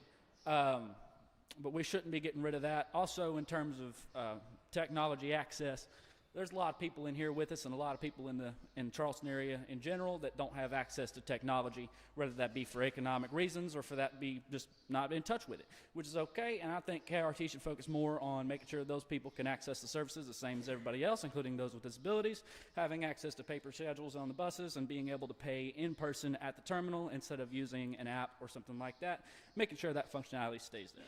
Also, the $3.50 fare, it is understandable that you might want to increase it, but also for us, it means a lot. When you look at $5 the way I do, it's not going to be good for us. For some people, you have to scrounge for that $2.50 out of a change jar just to get to work. But I have to find $3.50. It's not going to be as good. So that's something to keep in mind. I do believe that, possibly we could invest in, instead of, buying all this crap right here for this, we could, invest in some better, some more economic buses, more smaller buses who might use, hybrid stuff like that. New technology's coming out, but I got to admit, it is more economic on the pocket.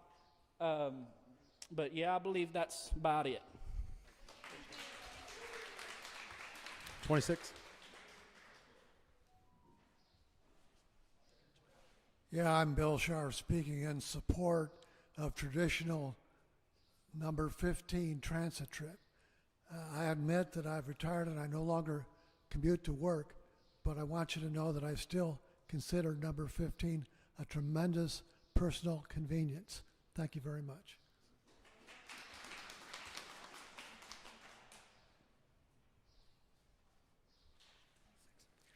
Hi, my name is Travis Stevens. I am with Cabin Creek Health Systems, and good afternoon to the members. If you don't mind. Okay, I'll just, I don't need it. And I would like to welcome you all and good afternoon to you. I'm representing Cabot Creek Health Systems. We serve patients all across Kanawha County. That includes Sissonville and Clendenin, and I appreciate the opportunity to speak with you about the potential discontinuation of several bus routes that are vital to not only our patients but also our employees. I want to emphasize the crucial role that these bus routes play in ensuring health care for our patients. At our Clendenin facility alone, we have over 4.6 thousand current patients who have recent encounters within the past year with our credentialed providers. Of these, 1.7 thousand live in Clendenin itself, while 43% reside in towns along the bus route, including Charleston, Pinch, Elkview, or Falling Rock. And I'm also going to leave you all with some data. I have more data than I have time to talk about, but of the Clendenin specifically, we have over 1,400 patients on Medicaid and over about 1,200 patients on Medicare. And also, I would like to point out that approximately 10% of West Virginians do not own a car. And as this is Mental Health Awareness Month, I'm a marketer. I don't drive because I have panic disorder, as you can probably see me shaking up here. So it's important to me. I have a master's degree, I have a really great job, but I have to rely on other systems. And I do have 3 points of concern with the replacement system, or the proposed replacement system. The first one is comparability or equity and fair. I need to make sure that all individuals, no matter where you live or where you come from, will be expected to pay approximately the same amount to get where they need to go. Also, access to technology is a huge issue. You've heard from a lot of people here. Most of the people here, I would guess, are from Charleston. We're not hearing from all the people out at Dawes, West Virginia, and Clendenin, and these people who, a cell phone never even crossed their mind because you don't have access. And I know a lot of people who don't even have Wi-Fi. It's not necessarily always feasible for everybody. And this creates a gap, and this gap is impacting our most vulnerable patients. Also, I am very concerned about sustained funding for promotion. The bus itself is a giant billboard, and it goes around these routes several times a day saying, look at me, look at me. It creates top of mind awareness. And when you have that top of mind awareness, as a citizen, you're always going to think of the bus when you need it. If that is gone, if that's absent, then individuals aren't going to be able to make that connection, and then the bus system is going to inevitably fade down. And I have one more point of contention, and that point is your data is from 2022. As a marketer during 2022, I was not starting any new studies because anything that I would have collected to use with predictability would have been faulty. I just wouldn't be able to use it. So ridership details, I don't see how we can use that to judge going forward. 27. 28. Oh, no.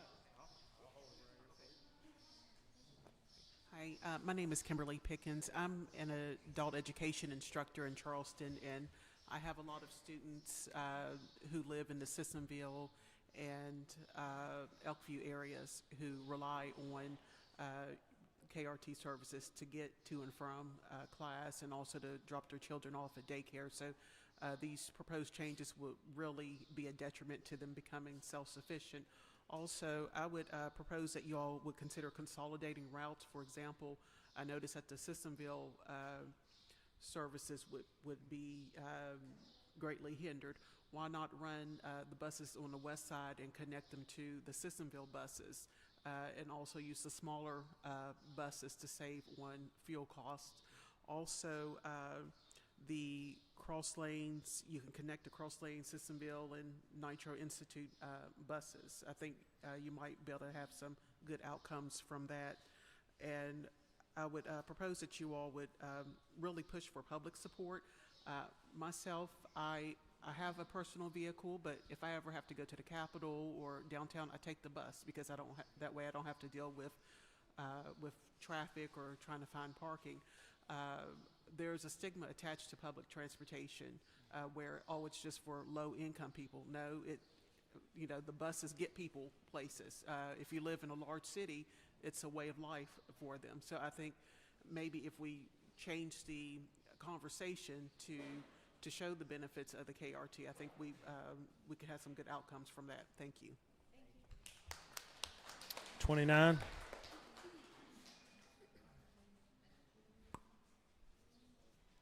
My name's David Smith. I'm a retired driver and MSP at KRT with 25 years service.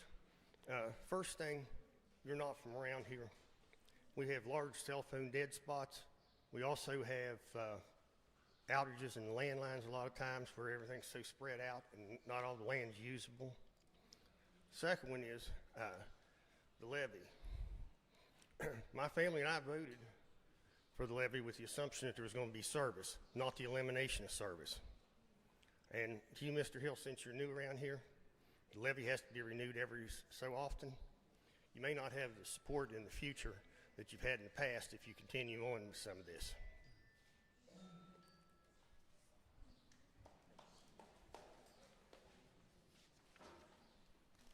Hello, my name is Willie Meadows. I'm speaking on behalf of me and my business, Hillbilly Willie's Nostalgic Toys and More.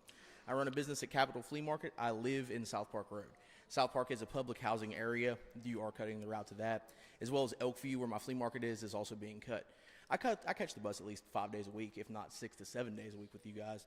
I'm worried about, I don't have phone service at my flea market. So if I'm there, I can't call you guys to catch a bus back, let alone even getting out of my holler. So not just me, but speaking on behalf of everybody here. You know, there are rural areas in West Virginia. Some of these people are vagrants. They're catching the bus with mere pocket change from rural areas. How do you expect them to get out of Cabin Creek, Campbell's Creek, wherever, on mere pocket change with no cell phone or no phone service? Other than that, I would have to say, these people need the bus more than anybody. These are people that you guys need to be servicing publicly. I mean, if I lived in Kanawha City, I could walk to the bus daily. I live about 2 miles up the holler. So, thank you guys. 31.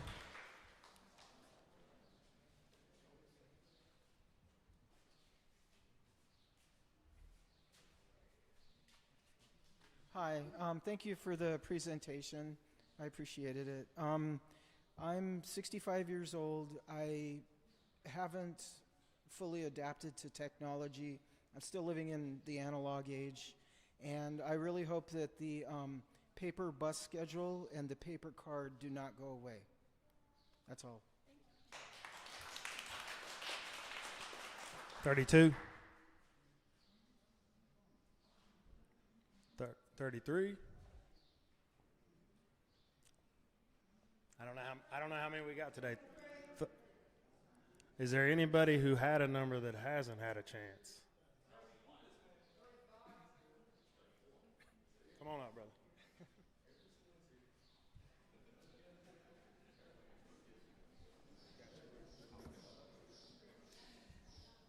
For those of you who don't know, my name is Jaguar, and I have to say, I've been a writer of KRT for nearly 3 decades. In fact, here's a little known secret. And Sean, I think you're well aware of this, and I'm not sure about everyone else, but I'm sure they do. I've been keeping this facility, how should I put it, as shiny as those rims for 15 months. However, there's some runs that KRT is trying to eliminate that I depend on that should be kept. Now, the City Park run, you got to keep the Saturday schedule going. The addition of the 6 o'clock run is perfect, especially when there's special events and people don't like to walk that hill. It also connects City Park to South Hills. It goes to Ashland Place. That's where I do a lot of my shopping. Which brings me to all the hill runs they're cutting. Don't do that. The hill runs are what make KRT legendary. Without them, let's just say you're shot out of the sky in air combat, if you get my meaning. So I implore you, Sean, if there's a way we can help get awareness about the bus system, let's talk. Jacob, let's talk. Jamie, Rebecca, my fellow citizens of KRT, let's talk. I know how to spread the word about KRT. I have a YouTube channel, and I speak for everyone who depends on the legendary company KRT. I would like to be your voice.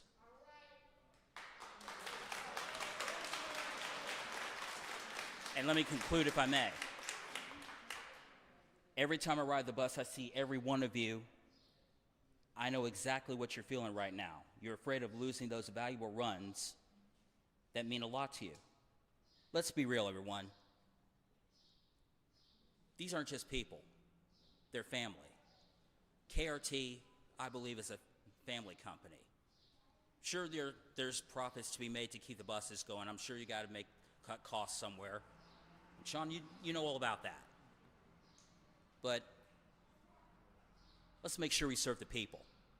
And if there's any way we can reach out to those who are underserved or don't have the tech, perhaps I could be of some assistance. Let's talk. Let's make a difference. Thank you, man.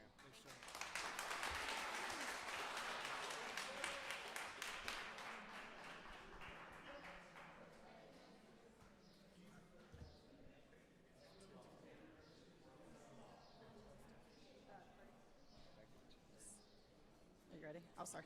You're fine. You're fine. Hi, it's Emma Stringer. We really need to cross lanes bus. Sorry. It's hard. We really need the number 5 bus. All my friends take that bus, and if we don't have that bus, we have to walk all the way to Cold Spot with cars almost hitting us. And at night, we also have to take that bus. And like to walk from the Cold Spot, because there's not a Tyler Mountain bus after 6 something. So then we have to walk, if anything, if we could have like a later Tyler Mountain bus or something maybe. But we really depend on that bus a lot to get to appointments or whatever. And we're really thankful for our KRT drivers. Is there anybody else that had a number that hasn't got to come up? She's coming up.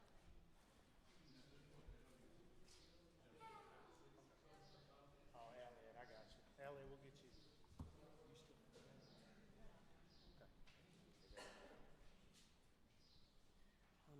There will always be traffic. Some people cannot afford cars. Certain people with disabilities have a hard time finding full-time jobs. The buses help us in those positions. Us low-income people need help with transportation, and we sometimes don't have anyone else to drive us where we need to go. Ubers are too expensive for us low-income people on budgets. Bus drivers need their jobs. We are thankful for our transportation. Everyone are not billionaires. The bus drivers need their jobs because jobs are already hard enough to get. Please keep the cross lanes route.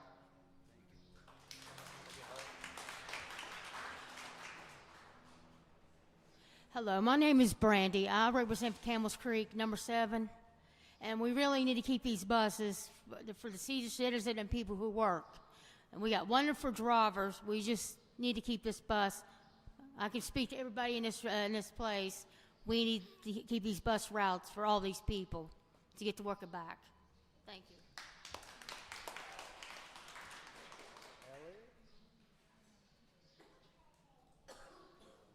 What's up? Good afternoon. Most of what the great people shared is my sentiment as well, as it pertains to the proposed route cuts. And that's my main concern, because it's crippling to a community for that to occur. I've been riding KRT for 36 years. I can name your drivers, and they know me personally, like this gentleman, and a few others. So I'm just, on behalf of the public, we implore y'all to really look into restructuring, maybe perhaps modifying those particular routes as opposed to eliminating them altogether. So that's just my sentiment. Other than that, KRT is a great place. It's a small city. It's one of the best transit systems I've ever seen.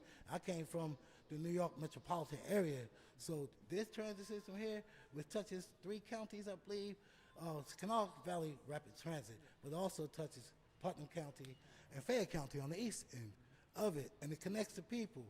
I've met a lot of people. I've ridden the bus with a lot of these people. I see them all the time. I still use the bus. I work at the state capitol. So I took off part of the day to come here. Some of the bus drivers implored me to come. They asked me, I say, okay, no problem. I'll take a day and I'll come. And on behalf of the community and the people we love, including you all, make some modifications as opposed to eliminations. And that's it.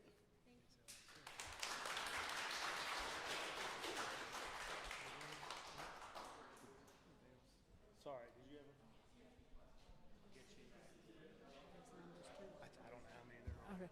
I would just like to say, I wish y'all would keep the Elkview bus. If you could possibly do the first run, cut out the 10 o'clock and the 2 o'clock, and do the 3:45 and the 5:30.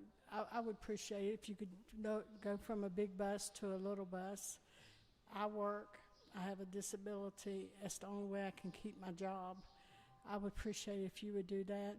You have wonderful bus drivers. They're like family to us, and we enjoy them. They're wonderful people. If you cut the bus routes, are you going to cut their jobs too and, make them lose their jobs? If you do that, I'm going to lose my home, be homeless, and I don't want to go that route. So I'm begging you to please find a way to keep the Elkview bus, if there's any way. And I don't understand why the mayor's not here, any of the commissioners, the governor.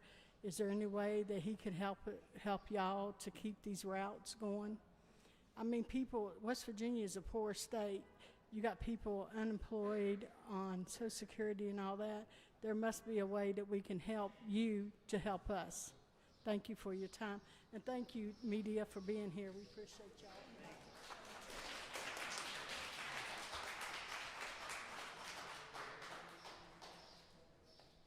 Please keep all these people out, because I do work in Kanawha City, and even though I live in Charleston, but I also have a spouse that's completely handicapped. So please, and my mom, my sister, they live in Elkview, Penn, so please keep all these routes running. Thank you.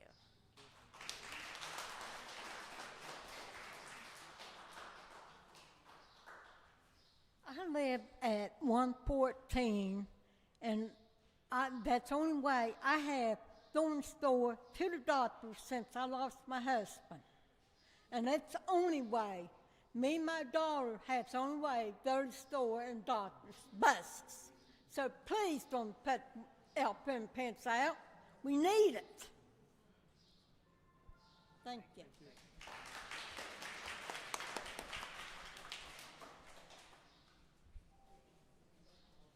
Hello. Oh, sorry.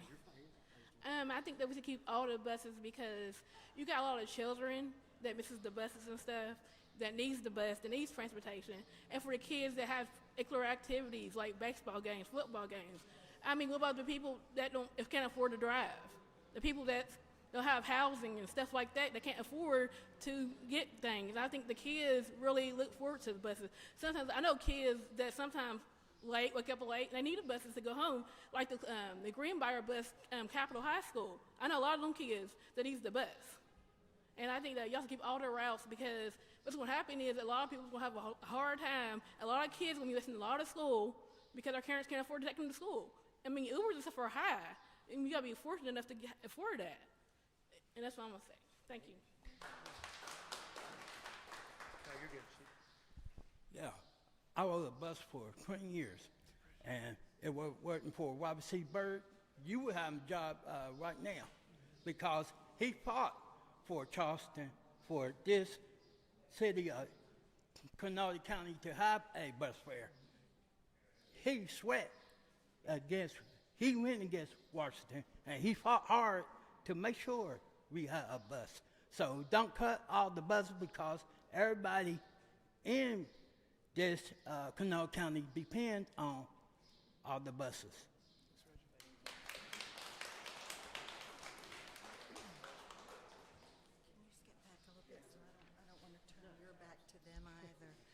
Good afternoon. My name is Lisa McCracken, and I think what we're all trying to say and remind everyone is that KRT is a lifeline for all of us. And you know that, but we appreciate the opportunity to remind everyone. I would like to also speak to two segments of our population just as reminders.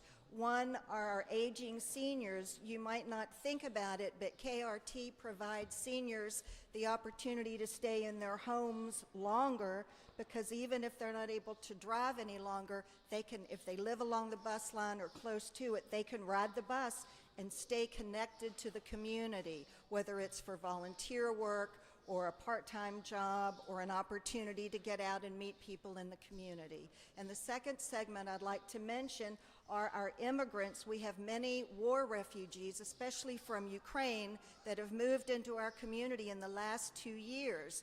And once they learn enough English to leave their sponsor's home, the first thing they look for is an affordable apartment on the bus line, because they need to have a home of their own as they learn English to apply for a driver's license and then at some point save for a car.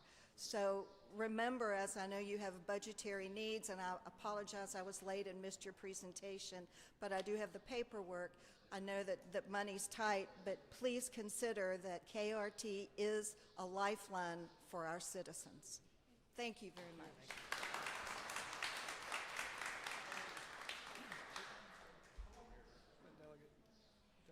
Who we got? Oh, I'm sorry.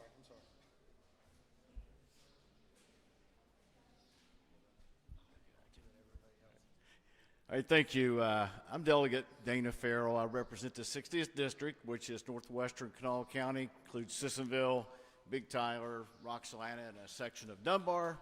And I want to thank, first of all, I want to thank these guys for enduring what the venom that I'm sure had to come their way. They knew was going to come their way today, and the data they presented. But thank you most for coming out and presenting your opinions and your thoughts on this. This is government and local government in action to be able to come out and do this, and this is how I think grassroots decisions get made, and hopefully everybody's listening, and I know we certainly will be at the legislative level. Senator Nelson was with me, had to leave for another appointment, and I know we have some people from County Commission here as well. I was in Orlando Airport yesterday when this information came to me and about the cutting of the routes, and the hearing was going to be today. Of course, I got on a plane, it was in the air, I was out of reception area for a while, and by the time I got back to Charleston, landed here, got back to my home in Sissonville, the community, SissonvilleCommunityNews.com was blowed up, and my messages, people were coming in upset about the cut of the routes, and so I started looking at that as you go down. These weren't just people, and I understand we looked at, I do appreciate the data that you put out here. I mean, obviously put a lot of time into this to get the data and the information, but data doesn't always tell the whole story. And there may be 8 riders on a bus, but those 8 riders may feed the other main lines in town, which skews their numbers, so that, you know, and makes them look higher. So cutting peripheral routes would be likened to Delta Airlines cutting their service from Charleston to Atlanta, because that's a feeder route that goes into, apologize, this is my life. But those airlines feed the main routes between the larger cities, and I think in a large way, this is the way the KR system was designed to run.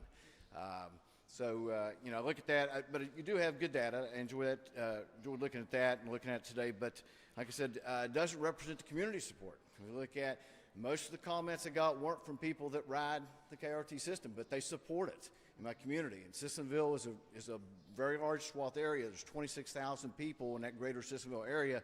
If it were incorporated, it would be the 6th largest city in the state by population. So there's a lot of people there. We all passed an excess levy to make sure that this system would run properly and be funded.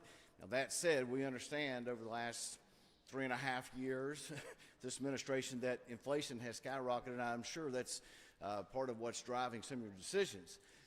So I'd like to see more about, and I didn't see it in this data, what the revenue is, where it's coming from, and more importantly, what your expenses are. What's the breakdown? How much are you getting from federal government? How much are you getting from state, from us, and how much are you getting through the excess levy, so that we know how that's being spent. But the last thing we want to do, the last thing that should be on the table is cutting these routes. I understand, like I said, there's some ideas about different size vehicles and things, and that's great. I think there's some ways forward, but cutting the routes, I just think you can see this is affecting some of the most vulnerable of our population. And I think what we do and how we treat them says a lot about who we are as a people. So we have to do everything possible to keep that from happening. And so that's why I'm here to represent not just Sissonville and Big Tyler, but Kanawha County, people of the state of West Virginia. And I know you guys are trying to do the right thing, and thank you for providing this opportunity. But let's sit down and let's try to find a better way forward. Thank you.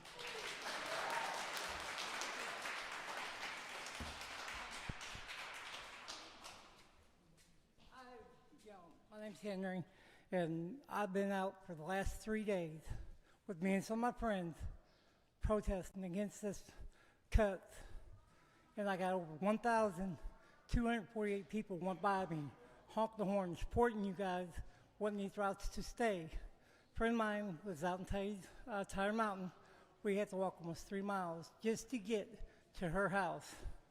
With the buses cut, we'll have to do that every wintertime now, and I don't think that's right. I think we should keep the buses the way they are. Like one person said, if we have to cut some routes, cut down sometimes, cut down sometimes. Help everybody out. That's why I think, and I support you drivers being out here, taking us to here to there. And if it was for you guys, none of us would be able to get around. So please keep these routes the way they are. That's all I ask, because a lot of us are on fixed income, and we need these routes to get to where we need to go. Just please keep them. I've been riding the bus for 34 years, and I'm happy to ride it ever since. But here lately, if the routes get cut, I probably won't be riding. Please keep them. Thank you. Is there anybody else that had a number that didn't get a chance to speak?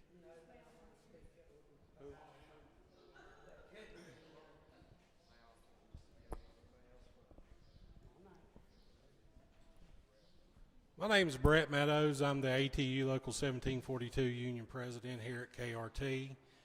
I've been here for 14 years. This right here, I don't want it. The 1.9 million needs to be invested in fixed route to make the routes better. We don't need this.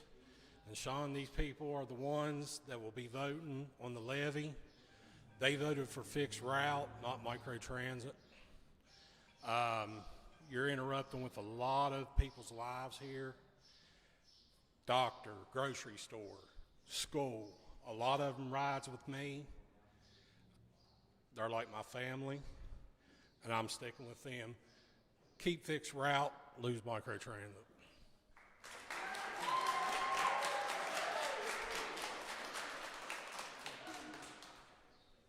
Hi, I'm Alice Pettit, and I live in Cross Lanes. And I've ridden the Cross Lanes bus at times when I didn't have, my vehicle was down or whatever, or just to ride it and enjoy myself for the day without having to waste my gas. So I think we should work with each other and not try to cut things, but we already have a system going. Make it better. Don't make it worse by cutting things and hurting people that are depending on it. I mean, that doesn't make any sense in our day and age of trying to bring together the community. It doesn't help. You're hurting people that are relying on something when, insurance is high, cost of cars is high, even a used car is ridiculous now. And many of us, not me, but I know many people rely on these buses and the bus things, and maybe cost is, but there's other things you can cut.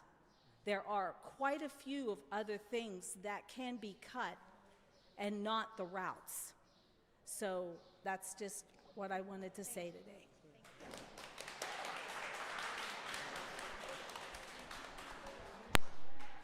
All right, I want to. Yeah, go ahead. I'll take this one. Hey, I'm Amanda. I'm a driver. I've been here for 5 years, and I also work with Brett. I'm financial secretary for ATU. And I just wanted, real quick, on behalf of the drivers, thank you guys for coming and voicing that you don't want routes cut so that we can keep our runs.